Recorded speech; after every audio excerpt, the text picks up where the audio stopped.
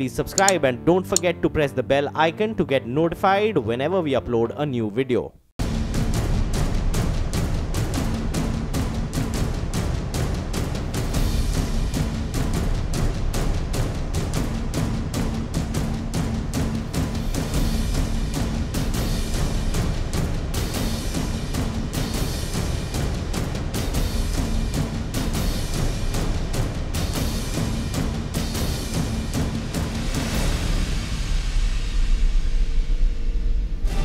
केरल के त्रिशूर में CRPF family welfare association बाढ़ प्रभावितों की मदद के लिए आगे आई है। बाढ़ पीड़ितों की मदद के लिए सीआरपीएफ फैमिली वेलफेयर एसोसिएशन ने त्रिशूर के चालककुडी में राहत सामग्री बांटी। तो वहीं चालककुडी के पनापिल्ली गवर्नमेंट मेमोरियल कॉलेज में मेडिकल कैंप लगाया गया, जिसमें 250 बाढ़ पीड़ितों को दवाइयां और जरूरी चीजें दी गई। तो त्रिशूर में ये मेडिकल कैंप लगाया गया है, जहां पर बाढ़ पीड़ितों को राहत सामग्री दी गई है, दवाइयां भी यहां पर दी गई है। आप देख सकते हैं जवानों को।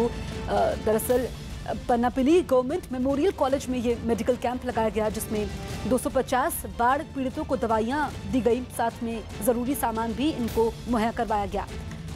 गंभीर प्राकृतिक आपदा घोषित किया गया है केरल में बाढ़ को, और ऐसे में तमाम संगठन आगे आए हैं। त्रिशूर में यहाँ पर एक कैंप लगाया गया, जिसमें लोगों की मदद की गई। त्रिशूर में सीआरपीएफ फैमिली वेलफेयर एसोसिएशन ने बाढ़ प्रभावित लोगों की मदद की।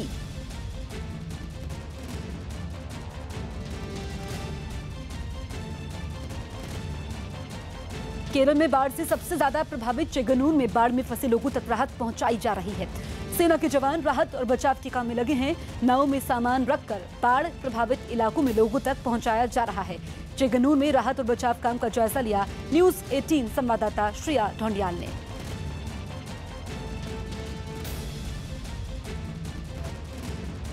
हम लोग बॉम्बे सैपर्स के एक इंजीनियरिंग कॉलम के साथ हैं, जो कि अपनी ये नाव, इसको बाउट कहा जाता है, BAUT, इसको लेकर एक जगह जा रहे हैं जहाँ पे एक छोटा सा रिलीफ कैंप है, जहाँ पे 50 से 60 लोग फंसे हुए हैं। उनको खाने की ज़रूरत है, तो उनके लिए चावल ले जाया जा रहा है, उनके लिए दाल ले जाई जा रही है, इस तरह की पानी की बॉटल्स जो हैं उनके लिए ले जाई जा रही हैं। आप देख रहे हैं रास्ता कठिन है, जो एक समय में रास्ता रहा करता होगा अब वो पूरा नदी बन गया है, इसलिए आपको इस बोट की ज़रूरत है। जहाँ ये करंट जो है, जो पानी का लेवल है, कहीं ऊपर है कहीं नीचे है, इससे आप लोगों के ट्रैवल को दिक्कत हो जाती है मेजर भैया।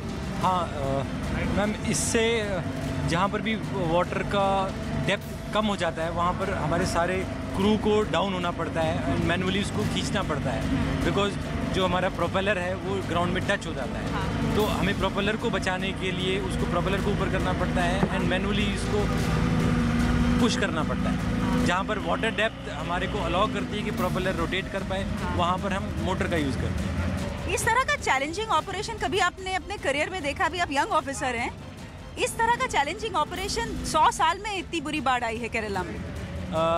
मैंने यहाँ पर पहली बार ऐसा किया है जहाँ पर एक्चुअली में कोई रोड भी नहीं है, कुछ भी नहीं है, water everywhere, it is water only. और जहाँ पर रोड हुआ करता था वहाँ पर आज पानी है। एंड मोर देन दैट, हमारा जो एक टर्न अराउंड टाइम है वो ज़्यादा हो जाता है। हमारी जो बोट की कैपेसिटी है वो लगभग 20 से 25 किलोमीटर तक ही हम कर सकते हैं एक बार में, क्योंकि उसके बाद मोटर गर्म हो जाती है, प्लस रिफ्यूलिंग की भी ज़रूरत पड़ती है। It's a challenging task. It is a challenging task. आप तो महाराष्ट्र के हैं, केरल आए हैं, तो समस्या है कि लोगों की भाषा समझ नहीं आ रही है, उसमें थोड़ी दिक्कत हो रही है? हाँ, बहुत दिक्कत हो रही है। हाँ। वहाँ इनका भाषा हमें समझ नहीं आ रहा है, हम हिंदी में बोल देते हैं, वो तमिल में बोलते हैं। हाँ। तो उनका हमारा लैंग्वेज के लिए हम फिर एक गाइड रख देते हैं। हाँ। जैसे अभी ये आर्मी वाले, ये हमारे ट्रांसलेट करके बता देते हैं कि इनको क्या प्रॉब्लम है, क्या किस चीज़ की ज़रूरत है। लेकिन थैंक यू, जब आप रेस्क्यू करके लाते हो तो थैंक यू बोलते हैं। हाँ, वो समझ में आ जाता है। हाँ जी, वो एक यूनिवर्सल भाषा है, थैंक यू। हाँ, थैंक यू, जो समझ आ जाती है। विकास की बात कर रहे थे यहाँ पे। विकास जो है ये भी इंजीनियर्स के, और ये छुट्टी पे थे, आप तो लोकल हैं। और छुट्टी पे ये क्यों थे? क्योंकि इनकी शादी होने वाली थी। अब शादी का क्या होगा? शादी अभी दोबारा फिर डेट फिक्स करना पड़ेगा। हाँ। क्या करना दोबारा, क्या शादी, छुट्टी भी करवाने वाला है। हाँ। अगले हफ्ते तो छुट्टी भी खत्म हो जाएगा। तो लड़की कहाँ है? सेफ है लड़की? लड़की तो सेफ है, उसके घर में इतना पानी नहीं है अभी, मतलब 20 किलोमीटर बाद है वो लड़की के घर। हाँ। अभी लेकिन कोई कॉन्टैक्ट भी नहीं कर सकता है, मोबाइल तो बंद है एक हफ्ते से, उसकी वजह से थोड़ा प्रॉब्लम है। क्या क्या करना पता नहीं, जाने के लिए गाड़ी भी नहीं मिलता है। खुश हो कि शादी टल गया है या हैप्पी हो? हाँ, मेरे बात नहीं किया था, एक हफ्ते सही से चल रहा है। अच्छा, तो विकास जो थे उनकी एंगेजमेंट जो है सगाई 1 साल से हो रखी थी, उम्मीद तो थी कि इस बार आके शादी हो जाए, लेकिन इस तरह की बाढ़ आई है, 100 साल में केरल ने इस तरह की बाढ़ नहीं देखी है। इसलिए अंग्रेजी में कहावत है ऑल हैंड्स ऑन डेक, जो मदद कर सकता है वो आके मदद करे। और केरल में यही हो रहा है कि जो भी इंसान जिसके हाथ पैर काम कर रहे हैं वो आके अपनी असिस्टेंस दे रहा है। और ये जो स्पिरिट है केरला का, शायद इस बड़ी जो आपदा आई है उससे केरला को उठा सके। मनोज मेनन के साथ मैं श्रेया ढोंडियाल। मैं इस समय चेंगलूर में हूँ, जो कि सबसे बुरी तरह से प्रभावित है बाढ़ की वजह से केरल में।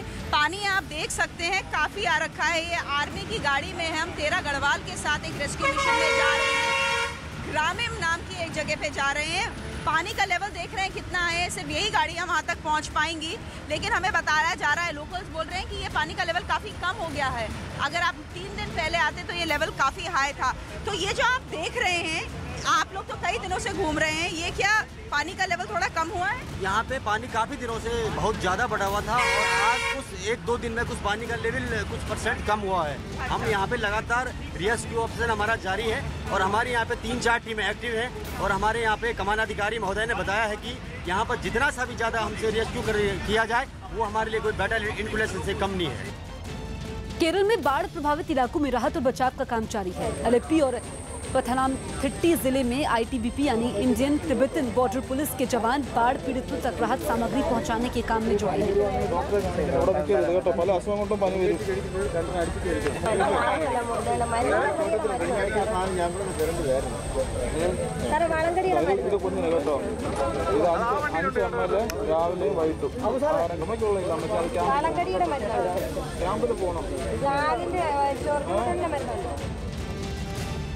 केरल में बारिश थमने के बाद लोगों को राहत मिलने लगी है। केरल के त्रिशूर में 3 दिन बाद पेट्रोल पंप खुले हैं।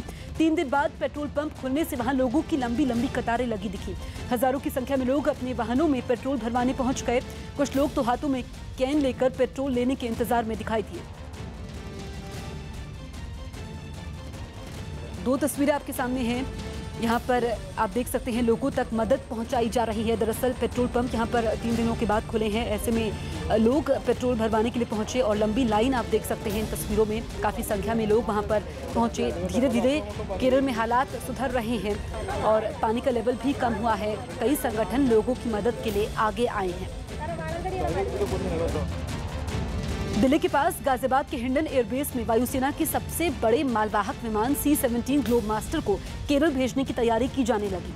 केरल में बाढ़ से जूझ रहे लोगों तक खाने का सामान और जरूरी चीजें को पहुंचाने के लिए वायुसेना ने ऑपरेशन उड़ान चलाया, जिसके लिए वायुसेना के सबसे बड़े मालवाहक विमान C-17 ग्लोब मास्टर की मदद ली गई। केंद्र सरकार ने केरल में बाढ़ की मार से बेहाल लोगों के लिए 50 मीट्रिक टन दाल, चावल, पीने का पानी, दूध, कपड़े और सैनिटरी नैपकिन की मदद भेजी। एयरक्राफ्ट जो है C-17 लगातार जो हिंडन से उड़ान भर रहे हैं केरला के लिए। इस वक्त आप देख सकते हैं कि एयरक्राफ्ट में जो है पूरी तरीके से सामान भर दिया जा चुका है। इसके अलावा केंद्रीय स्वास्थ्य मंत्रालय की ओर से भेजी गई 64 तरीके की अलग अलग दवाइयों को भी इस विमान में रखा गया है। पूरी तरीके से भरा हुआ है ये दवाइयों से और ये वो दवाइयां हैं जो कि उसके बाद इस्तेमाल में लाई जाएंगी, क्योंकि जब पूरी तरह से पानी खत्म हो जाएगा। बाढ़ प्रभावित इलाकों में बीमारियों से निपटने के लिए 12 मेडिकल टीमों को भी तैयार रखा गया, जिन्हें जल्द ही केरल भेजा जाएगा। हालांकि केरल में अब तक किसी बीमारी के फैलने की कोई खबर नहीं है,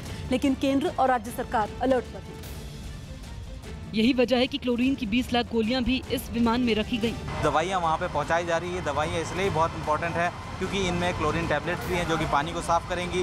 केरल की बाढ़ प्रभावित इलाकों और राहत शिविरों में मदद पहुंचाने के लिए C-17 ग्लोब मास्टर की मदद दी जा रही है, क्योंकि ये पहाड़ी इलाकों में छोटी हवाई पट्टी पर भी उतर सकता है। इस तरह ये मालवाहक विमान 76,000 किलोग्राम का वजन ढोने में सक्षम है। ये दुनिया का सबसे बड़ा मालवाहक जहाज है और जिसको जो है लगातार ऑपरेशन में इस्तेमाल में लाया जा रहा है। केंद्र सरकार ने केरल की बाढ़ को गंभीर आपदा माना है और 600 करोड़ की आर्थिक मदद देने का भी ऐलान किया है। केंद्र सरकार ने केरल की बाढ़ को गंभीर आपदा मानते हुए आर्थिक सहायता का ऐलान किया। केंद्र के अलावा देश के दूसरे राज्यों की तरफ से भी केरल को आर्थिक मदद देने का ऐलान किया गया, जिनमें मध्य प्रदेश और महाराष्ट्र की सरकार ने केरल को 20-20 करोड़ रुपए की आर्थिक सहायता देने का ऐलान किया। वहीं केंद्र सरकार ने केरल की बाढ़ को गंभीर प्राकृतिक आपदा मानते हुए 600 करोड़ रुपए की आर्थिक मदद देने की घोषणा की। इसी तरह तेलंगाना ने 25 करोड़ रुपए, बिहार, आंध्र प्रदेश और गुजरात ने 10-10 करोड़ रुपए केरल को आर्थिक सहायता देने का ऐलान किया। उधर पेट्रोलियम और प्राकृतिक गैस मंत्रालय ने केरल को 12,000 किलोलीटर केरोसिन मुहैया करवाने का दावा किया। साथ ही जानवरों के लिए 450 मीट्रिक टन चारा और भारी मात्रा में दवाइयां मुहैया करवाने की बात कही। उत्तर प्रदेश की योगी आदित्यनाथ सरकार में मंत्री मोहसिन रजा ने बकरीद नहीं मनाने का भी फैसला किया और लोगों से केरल में बाढ़ पीड़ितों की मदद करने की अपील की। व्यक्तिगत तौर पर मैं ईद उल अजहा पर ईद बकरीद नहीं मनाऊंगा और उसमें जो भी हमने सोचा था कि इस बार हम क्या खर्च करेंगे, क्या जश्न में पैसा खर्च करेंगे, वो सारा पैसा मैं केरला के उन पीड़ित लोगों के लिए भेजूंगा जो बाढ़ में पीड़ित हैं और तमाम देश के अपने मुसलमान भाइयों से भी अपील करूंगा कि इससे बेहतर कोई कुर्बानी नहीं होगी। केरल में बाढ़ से हालात बिगड़ने के बाद सरकार और आम आदमी सभी बाढ़ में फंसे लोगों की मदद के लिए सामने आए हैं। आपको बता दें, महाराष्ट्र सरकार ने बाढ़ पीड़ितों की मदद के लिए मुंबई से 60 डॉक्टरों की टीम के साथ दवाइयां भेजी हैं। महाराष्ट्र सरकार की ओर से दवाइयों के साथ साथ कपड़े और दूसरा जरूरी सामान भी भेजा गया है। मैं जानना चाहूँगा कि ये जो पूरा ये जो सामान दिख रहा है ये किस लिए? आपको जैसे पता है केरल में जो हुआ है बहुत ही दुखदायक है और यहाँ पर आज सारे मुंबईकर, खाली मलयालीज नहीं, गुजराती हो, पंजाबी हो, महाराष्ट्रन हो, ये जो भी आप देख रहे हैं ये पूरा मुंबईकर का प्यार है। यहाँ पर सभी ने अपने तरफ से जो भी उनसे बन पड़ा है उन्होंने कंट्रीब्यूट किया है। दाल है, चावल है, पानी है, कपड़े हैं, बिस्किट्स है, बच्चों के लिए सेरेलैक है, जो जिससे बन पड़ा है उन्होंने कंट्रीब्यूट किया है। और ये सब हम लोग एक एक सेक्शन के को डिवाइड करके हर एक जो भी चीज़ आ रहा है उसको अलग अलग सेगमेंट में फिर उसको रीपैक करके टैग करके सेपरेट किया है। जैसे आप देखोगे यहाँ पर बेडशीट अलग किया है, लेडीज़ क्लोथिंग्स अलग है, बच्चों के कपड़े अलग है। अभी ये सब 2 ट्रक में करके अभी यहाँ से जा रहा है। एक डायरेक्ट आर्मी के फ्लाइट से ये डायरेक्ट केरला जाएगा और एक डायरेक्ट ट्रक आप देखोगे तो ये डायरेक्ट इडुक्की जा रहा है जो सबसे ज़्यादा अफेक्टेड एरिया है। कर्नाटक के पीडब्ल्यूडी मंत्री एचडी रेवन्ना एक राहत कैंप में लोगों की तरफ बिस्किट के पैकेट फेंकने लगे। बाढ़ पीड़ित लोगों की ओर बिस्किट फेंकने की ये तस्वीरें सोशल मीडिया पर वायरल होने के बाद हड़कंप मच गया, जिस पर लोगों ने अपनी नाराजगी जाहिर की। सीएम कुमारस्वामी के बड़े भाई और पीडब्ल्यूडी मंत्री एचडी रेवन्ना हासन जिले के एक स्कूल में बने राहत कैंप में पहुंचे थे, लेकिन वहां मौजूद महिलाओं और बच्चों के हाथ में बिस्किट के पैकेट देने की बजाय वो उनकी ओर पैकेट फेंकने लगे। इलाके में बाढ़ की मुश्किल झेल रहे करीब 30 लोगों ने राहत कैंप में आसरा लिया है। मंत्री इन लोगों की मदद करने पहुंचे थे, लेकिन जिस तरह उन्होंने बिस्किट के पैकेट फेंके उससे लोग खफा हो गए और इसे जानवरों जैसा सलूक बताया। वीडियो सामने आने के बाद विपक्ष ने भी मंत्री पर हमला बोला। महाराष्ट्र में गढ़चिरौली के घने जंगलों में सुरक्षा बल की 15 से ज्यादा जवान पानी के सैलाब में फंस गए। जवानों का ये दल घने जंगलों में सर्च ऑपरेशन के लिए निकला था, लेकिन तभी उफान पर बह रहे एक नाले का पानी सैलाब बनकर वहां आ गया, जिसमें सुरक्षा बल के 15 से ज्यादा जवान फंस गए। उनकी जान पर खतरा बढ़ गया। पानी का बहाव इतना तेज था कि कुछ पेड़ भी अपनी जगह से उखड़ गए। काफी देर तक जब कोई रास्ता नहीं निकला तो जवानों ने टूटे हुए पेड़ों को रस्सी की तरह इस्तेमाल किया और धीरे धीरे करके अपने सामान को सुरक्षित जगह पहुंचाया। पानी के सैलाब में इन जवानों को वहां से निकलने के लिए काफी मशक्कत भी करनी पड़ी, लेकिन इस बीच उन्होंने हिम्मत नहीं हारी और आगे बढ़ते गए। तो गढ़चिरौली में जवानों की जान पर खतरा आ गया जब ये लोग सर्च ऑपरेशन को अंजाम दे रहे थे। उसी वक्त नाले का पानी का बहाव काफी तेज हो गया। ये लोग पानी के सैलाब में फंस गए। 15 से ज्यादा जवान इस पानी के सैलाब में फंसे दिखाई दिए। पेड़ों को रस्सी की तरह इन्होंने इस्तेमाल किया, आप देख सकते हैं, आगे बढ़ने के लिए और अपनी जान बचाने की कोशिश की। महाराष्ट्र के गढ़चिरौली की ये तस्वीरें इस वक्त आप देख सकते हैं, जहां पर आईटीबीपी के जवान फंस गए। ये लोग सर्च ऑपरेशन को अंजाम देने के लिए वहां पर गए थे। अचानक से पानी का बहाव काफ़ी तेज़ हो गया और ये लोग यहाँ पर फंस गए। तो घने जंगलों में सर्च ऑपरेशन के लिए ये लोग निकले थे, तभी उफान पर बह रहे एक नाले का पानी सैलाब बनकर वहाँ आ गया। 15 से ज़्यादा जवान फंस गए, उनकी जान पर खतरा बढ़ गया।